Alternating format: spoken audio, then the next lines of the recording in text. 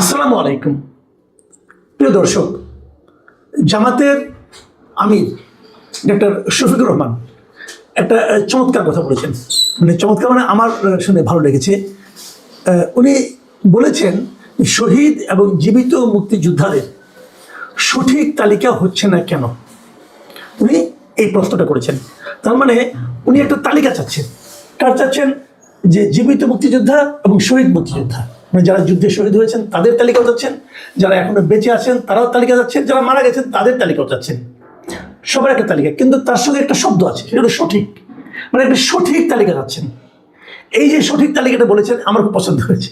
পছন্দ হয়েছে এই কারণে যে স্বাধীনতার পর থেকে এ পর্যন্ত মুক্তিযোদ্ধাদের কোন তালিকাটা সঠিক এটা কেউ বলতে পারবে না, কেউ না। সমস্ত তালিকার মধ্যেই ঝামেলা আছে। মানে তালিকাটা যিনি করেছেন ঝামেলাটা তিনি পাকিয়েছেন। উনি ওনার ভাই ভাতিজাকে ঢুকাই দিয়েছেন, উনি যাদেরকে পছন্দ করেন তাদেরকে ঢুকিয়ে দিয়েছেন। এবং পছন্দ কেন করেন? হয়তো কাছাকাছি থাকেন বলে পছন্দ করেন, অথবা কিছু পেয়েছেন বলে পছন্দ করেন। কিছু মানে টাকা, অর্থ, সুযোগ সুবিধা যাদের কাছ থেকে পেয়েছেন তাদের নাম ঢুকে গেছে। এবং এটা ঢুকতে ঢুকতে এমন হয়েছিল, আপনারা নিশ্চয়ই মনে আছে আপনাদের, যে শেখ হাসিনার আমলে দেখা গেল যে যারা সচিব হয়েছেন, সরকারের সচিব পর্যায়ে যারা আছে, এত বড় পদে যারা আছেন, এদের মধ্যে অনেক ভুয়া মুক্তিযোদ্ধা আছে। এমনকি ওই সময়ে মুক্তিযোদ্ধা মন্ত্রণালয়ের যিনি সচিব ছিলেন তিনি তার বাবাকে মুক্তিযুদ্ধ দেখিয়েছেন, বাবাকে নিয়মিত ভাতা দিতেন, এবং ওনার বাবার নামে একটা স্কুল বোধহয় হয়েছিল এলাকায়। পরে জানা গেল যে তার বাবা মুক্তিযুদ্ধ তো না, তার বাবা রাজাকার ছিল। এমন ঘটনা ঘটেছে। মানে দায়িত্বটা যার কাছে ছিল তিনি গোলমালটা করেছেন। আবার এরপর যখন মুক্তিযোদ্ধাদের ভাতা দেওয়া শুরু হলো তখন তো এই ঝামেলা আরো বেড়ে গেল। তারপর যখন মুক্তিযোদ্ধাদের কোটা দেওয়া শুরু হলো তখন তো ভয়ঙ্কর অবস্থা ধারণ করলো।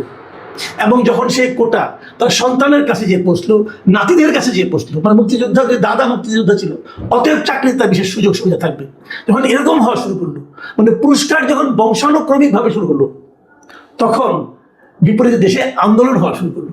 এবং সেই আন্দোলনের তাপেই কিন্তু সরকারের পতন ঘটলো। পেছনে কি আছে? মূল সমস্যাটা হলো তালিকা নিয়ে। এই তালিকাটার কথা আমাদের শফিকুর রহমান সাহেব বলেছেন। এখন অনেকে তো বলবেন যে শফিকুর রহমান সাহেব কেন তালিকার কথা বলেন? ওনার দল তো মুক্তিযুদ্ধের বিরোধী ছিল।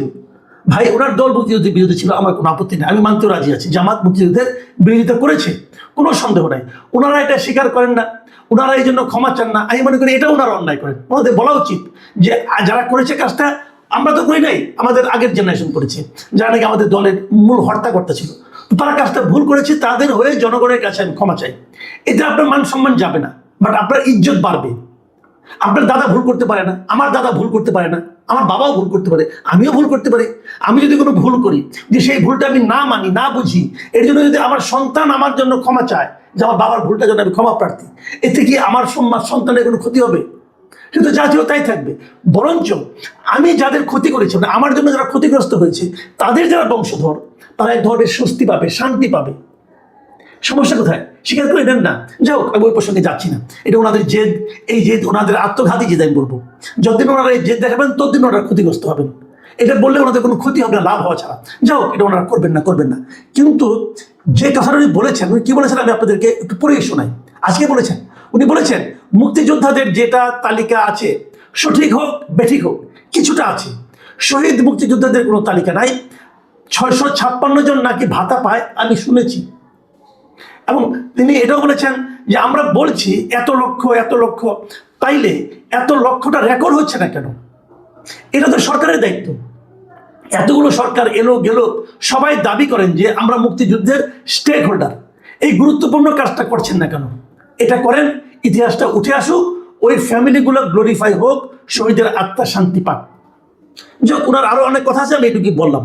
এখন আমার কথা হলো, দেখেন তালিকাটা খুব সহজ হতো, কিন্তু কেন হচ্ছে না সেটা আমি আপনাদেরকে এখন বলছি। তালিকার ঝামেলাটা কোথায় হয় সেটা আপনাদেরকে একটু আমি শেয়ার করতে চাই। যেমন ধরেন, এই যে জুলাই আন্দোলনটা হয়ে গেল না, মাত্র 2 বছর আগে হয়েছে। এটা তো বেশি দিন হয় নাই। আগে না হয় বুঝলাম টেকনোলজি ভালো ছিল না, লোকজনকে খুঁজে পেত না। এখন তো সব মানে একদম ক্রিস্টাল ক্লিয়ার, যে কাউকে খুঁজে বের করা সহজ, যে কোনো ডকুমেন্ট বের করা সম্ভব, এনআইডি সব কিছু আছে। তারপরেও কিন্তু একটা জেনুইন তালিকা হয় নাই। দেখা যাচ্ছে তালিকায় শহীদ, সে হয়তো বিদেশে ঘোরাঘুরি করতেছে, নিউজ আসতেছে, কিন্তু আমরা দেখতেছি। এর কারণটা বলুন তো? মূল কারণটা হলো অর্থ, মূল কারণটা হলো ক্ষমতা, মূল কারণ হলো দাপট। যদি কেউ জুলাই শহীদ হয়, তার নাম লেখাতে পারে, সে অর্থনৈতিক সুবিধা পাবে, সে বিভিন্ন জায়গায় চাকরি বাকরির সুবিধা পাবে। এই যে সুবিধা, এই যে পার্থিব সুবিধা, এই পার্থিব সুবিধার লাভের জন্য কি এই লোকগুলি শহীদ হয়েছিল? কি জুলাইয়ে, কি মুক্তিযুদ্ধে? তারা কি চেয়েছিল? তারা একটা সমাজ চেয়েছিল, তারা একটা সরকার চেয়েছিল যেখানে বৈষম্য থাকবে না, যে সরকার বৈষম্য দূর করবে। ভাই, আপনারা যদি সেই সমাজটা কায়েম করতে পারেন, তাহলে এই মুক্তিযুদ্ধের আত্মা শান্তি পাবেন। তাদেরকে বংশানুক্রমে অর্থনৈতিক ও পার্থিব সুযোগ সুবিধা দিলে হবে না। ওটার জন্য তারা আন্দোলন করে নাই, সেটা দিচ্ছেন না আপনি। না দিয়ে এই টাকা পয়সাটা ভাগ বাটোয়ারা করতেছেন, নিজেদের ধান্দা বাস্তবায়ন করতেছেন। এই জায়গাটাতেই সমস্যা। সিম্পল কথা, আপনারা এক কাজ করেন, যে কোনো শহীদ, সে মুক্তিযুদ্ধে হোক কিংবা এই জুলাই হোক, শহীদদের কোনো রকম অর্থনৈতিক সুবিধা আপনারা বন্ধ করে দেন। বলে দেন এরা কোনো ধরনের অর্থনৈতিক কোনো ভাতা, এদের ফ্যামিলি কোনো কিচ্ছু পাবে না। এদেরকে আমরা সম্মান দেব, আর কিচ্ছু না। এদেরকে আমরা বলবো এইটা শহীদ পরিবার, ঠিক আছে করেন। আপনার একটা বড়, ওই যে ইউটিউবে আমরা পাই না, প্লেট পাই না, ওই ধরনের বড় করে আপনারা ছাপানো করে লিখে যে বাড়িতে শহীদ আছে ওই বাড়ির সামনে লাগাই দেন। জনগণের কিন্তু হাঁটবে আর সালাম দেবে যে এই বাড়িতে একজন শহীদ ছিল, তার সঙ্গে ডিটেল লিখে দেন ওখানে। এটা করেন। যখনই আপনি সুযোগ সুবিধার ব্যবস্থা করবেন, তখনই 2 নম্বরই হবে, এবং এই 2 নম্বরের হাত থেকে আমাদের জাতির কোনো মুক্তি নাই। দেখুন, আমাদের এখানে একবার হাসিনা সরকার আমলে একটা রাজাকারের তালিকা হচ্ছিল, কিন্তু এই তালিকা 2 দিন পরে উইথড্র করতে হয়েছে। তো সেটা আপনারা করতে পারো, ওটা কিন্তু প্রত্যেকটা ডিসি অফিসে ছিল, কারণ রাজাকাররা তো বেতন ভাতা পেত ডিসির কাছ থেকে। সেই তালিকা আপনারা বাস্তবায়ন করতে পারেন নাই। সরকার চাইলে কিন্তু তখনও পারতো, এখনো পারে, কিন্তু এই অর্থনৈতিক লেনদেনের কারণে এই তালিকা কখনোই পূর্ণাঙ্গ এবং সঠিক রূপ ধারণ করে নাই। এই জায়গাটাতেই ভাই আমরা পিছিয়ে আছি। এটা করেন। মুক্তিযুদ্ধের সময় বাংলাদেশের সবাই মুক্তিযুদ্ধ ছিল ভাই। যে অস্ত্র হাতে নিয়েছে সে মুক্তিযোদ্ধা, যে অস্ত্রধারী মুক্তিযোদ্ধাকে আশ্রয় দিয়েছে, সহযোগিতা করেছে, থাকতে দিয়েছে জীবনের ঝুঁকি নিয়ে, তারাও মুক্তিযোদ্ধা। রাজাকার ছাড়া সবাই মুক্তিযোদ্ধা। এইভাবে বিবেচনা করেন, তাহলে দেখবেন সব কিছু সহজ হয়ে গেছে। তালিকা করে কোনো লাভ নাই। আর ওই যে কতজন শহীদ হয়েছে তাদের তালিকা করে, তাও পারবেন না। তালিকা করতে পারেন, যারা মারা গেছে শহীদ তাদেরটা সহজ, কিন্তু 30 লক্ষ শহীদ বানানো কঠিন হয়ে যাবে। এত লোকের হিসাব কে করবে? 50 বছর আগে কোথায় কে জীবিত আছে রেখেছে, কেউ কি জানে? মনে আছে কারো? ওই প্রত্যেকটা সরকারকে দায় বহন করতে হবে। আর এখন যে সরকার আসছে তাদের উপর দায়টা আসবে এগুলিকে সঠিকভাবে না করার জন্য। অর্থনৈতিক সুযোগ সুবিধা বন্ধ করেন।